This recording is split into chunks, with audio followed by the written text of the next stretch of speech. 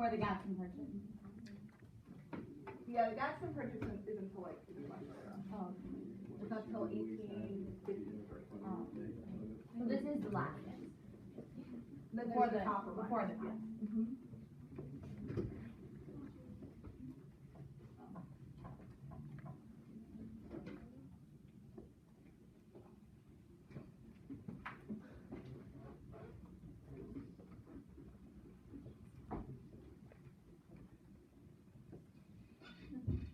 Okay, so the Liberty Party, which was also in the last election, okay,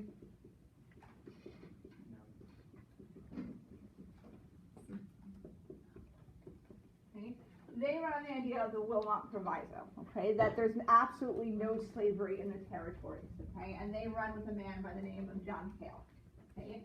The Democrats, like previous, they were split, okay, and we have three potential candidates for the Democrats. We have Calhoun, which is yet again a very radical position, okay. Calhoun basically says, well, if I can take my force into the territories, then Congress also has to protect me taking my slaves out there, okay? His argument is in the Constitution, the federal government protects your right to property. The territories are areas of the federal government, so they have to protect slave owners' rights to bring their slaves out there, okay? Then you have, right, and that's very radical. Most people don't agree with him. Then you have Buchanan, okay, and he agrees with Polk. Polk has agreed not to run again, okay. Polk's kind of accomplished everything he wanted to do. He got all this land, Polk's done, okay. So Buchanan runs on the idea of extending the Missouri Compromise line, okay. Right, it worked before, let's just extend 3630 all the way out west. Okay, everything above it's going to be free, everything below it's going to be slave. Okay, and then finally we have Lewis Cass, who runs on what? Popular sovereignty. Right, the people are going to get to decide. Okay, so the Democrats. What do you mean? People get to decide. The people will get to vote. People in the territories. Yeah, the people in the territories. Yes. So the Democrats wind up selecting Cass. Okay, and so the official position is going to be popular sovereignty. Okay. The Whigs, who do they appoint? Okay. So the Whigs appoint Zachary Taylor, and they try to have basically no position. Okay. The Whigs are trying to stay out of the controversy. They just say, oh, we don't have a position on this at all. Why are a lot of Whigs upset with Taylor? Because he was a slave owner. He was part of the war that they didn't support. Good. He's part of the war that he doesn't support. And what else? Did he switching minds on slavery. That was Clay. That was Clay? Well, I thought one of the presidents. He was a slave owner when they were taught him. So he's a slave owner, but he acts more like a Northman. That's kind of what I think. The Whigs are Okay. really struggling. Yeah, so the Whigs, guys, so the Whigs, a lot of them are going to basically decide, you know what, I cannot vote for Zachary Taylor, okay? Zachary Taylor is a Southerner. He has slaves. You're basically going against everything that, they've been against this whole time, okay? So a lot of the Whigs and some of the Democrats, they kind of jump ship and they don't vote for their own party, okay? So what are the Free Soilers? So they're more religious. They say no slavery anywhere. Okay, so the difference here, okay, let's just review. Hale says Wilmot Proviso. This means no slavery in the territories. Lewis Cass says, well, the people can decide, maybe there can be slavery out there. And the Free Soilers say there's no slavery out west and no slavery down south. Who would agree with the Free Soilers that we talked about yesterday? Abolitionists. Who has the higher law speech?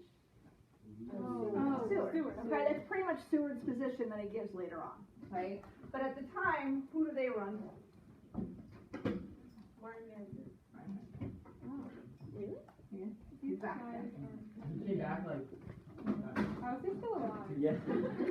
Oh my God. This isn't like that much after Jackson. It was like 12 years.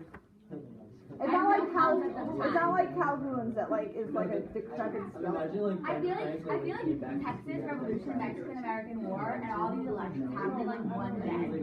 The Texas Revolution and the Mexican American War, they're both only about a year long. They're very, very short conflicts. Yeah. Well, there's 10 years dance again. He was radical a lot. What? Because Calhoun is saying that Congress shouldn't even be able to decide what happens in the territories. If he wants to take his slaves out there, he can take them wherever he wants. That was Calhoun. Wait, so the Whigs, some of them vote for the Liberty Party. Correct. Like a good portion of them kind of jump, right? But Taylor winds up winning because whose vote does he attract? Southerners do this. Southerners, right? He's a slave owner. Unfortunately, they are very disappointed when he actually becomes president because he acts a lot more like a northerner, okay? He actually winds up supporting what? nationalism. Nationalism, and he tells California to do what? To choose. Oh, no, to just skip the territory. Correct. So he's the one that supports California coming in as a free state, right? So, election's over, right? Then we have the issue of what year's the gold rush in California? 49. 49. Okay. So 49 and 50, you have more and more people that are moving out west, okay, moving to California with the gold rush. California has to be organized. Taylor believes that they should just come in as a free state. There's no slaves that really live out there, and that's what California wants to do. So they apply, and that's when what happens? So that's when Clay proposes what will eventually become the Compromise of 1850. Okay? It's not yet. He's just the one who proposes it. The one who's actually able to get it passed is who? The other guy. Oh, this is like dying. Douglas is also very important. He's kind of like the new generation of people. Because Clay's dead, Calhoun's dead, he's going to be dead soon. We have to know Who died? who dies during. No, you don't have to know who dies. It's just so that way, right, we've been talking about them kind of most of the year. It's not just where did they go. They're all dead. Yeah. So this is when Calhoun Webster and Seward makes those. Yeah. So in between here, okay, right after the proposal, you have Calhoun's speech, you have Webster, and you have Seward. Oh! Okay, so Calhoun's big thing is he basically threatens the North, okay? Like, this is what I mentioned yesterday, okay? Dr. Calhoun says the North has to agree to three things. They have to agree to a fugitive slave law. They have to agree to have a constitutional amendment that's going to make North and South forever equal. And they have to allow slavery out in the territories, okay? Otherwise, the South will have no choice but to do what? Secede, okay? Basically saying you'll leave us no choice. We have to do that. So Webster gets up, and Webster's from where? Massachusetts, right? And his big idea is we need to compromise. We're at the point that we have to get a compromise through. We can't just, be hardliners here. We have to be willing to work with the South. And then Seward gets up and is the other extreme to Calhoun, right? Seward says there's a higher law than the Constitution, that to compromise is just as evil as being a slave owner. That if you're willing to compromise on slavery, then again, you're just as bad as everybody else. So he has the same position as the free soilers. No slavery anywhere. Okay? And then the Compromise of 1850, right, Stephen Douglas is able to get it through. And that's basically it. Yep. Wait, what did he do to pass it? He splits it up. Oh, and then also, Oh, yeah. who dies? Who died? Well, Clay's dead, but this one you don't have to know. Taylor died. This is the only like death that you really have to know about because it's important because it's able to get Stephen Douglas is able to get the compromise passed. But why does his death matter? What? Why does his death matter? Because Taylor wouldn't have signed off on the compromise. So who was the president? Then Fillmore, right? Fillmore. yeah, Fillmore. Oh, right, And Fillmore, who was like for the compromise. Exactly. Alright, Zach, you want to take over the map? Yeah. Let me just pull it up. Oh yeah, what about the map? No, I'm coming back. I thought we were done.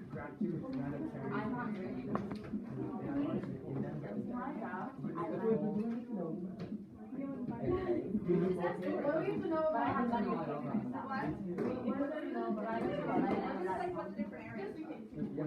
Oh. Yeah, big difference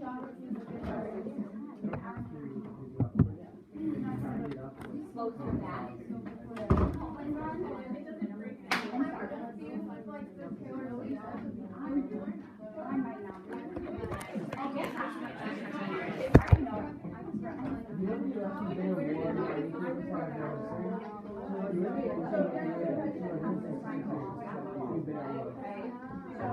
Taylor would not know.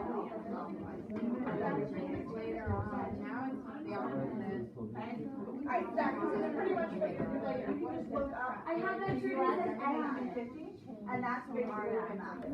Right? Like you should be able to point at this general, like you're not drawing a map. Right? But you should know by looking at this area, that's what we got with the treaty of Guadalupe Hidalgo. Right? Oregon Territory. Right? That's what angered the Democrats. Texas. We annexed Texas.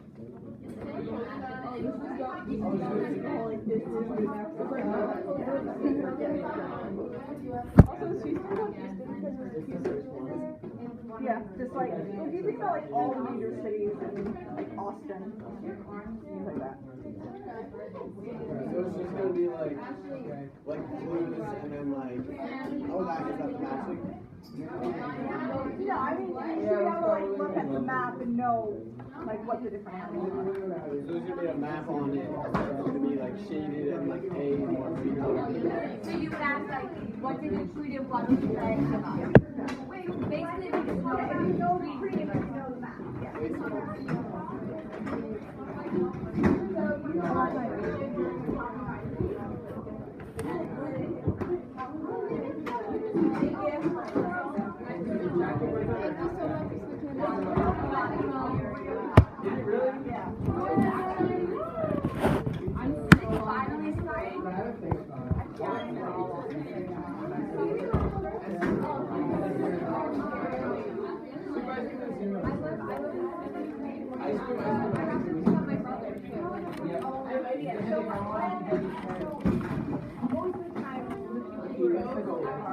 Thank you. Thank you so much, Mr. Miller. I didn't get thank you right now. I lost my radio.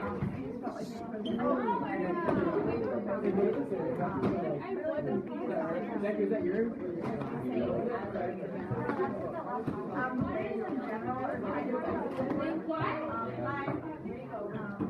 But it's definitely Well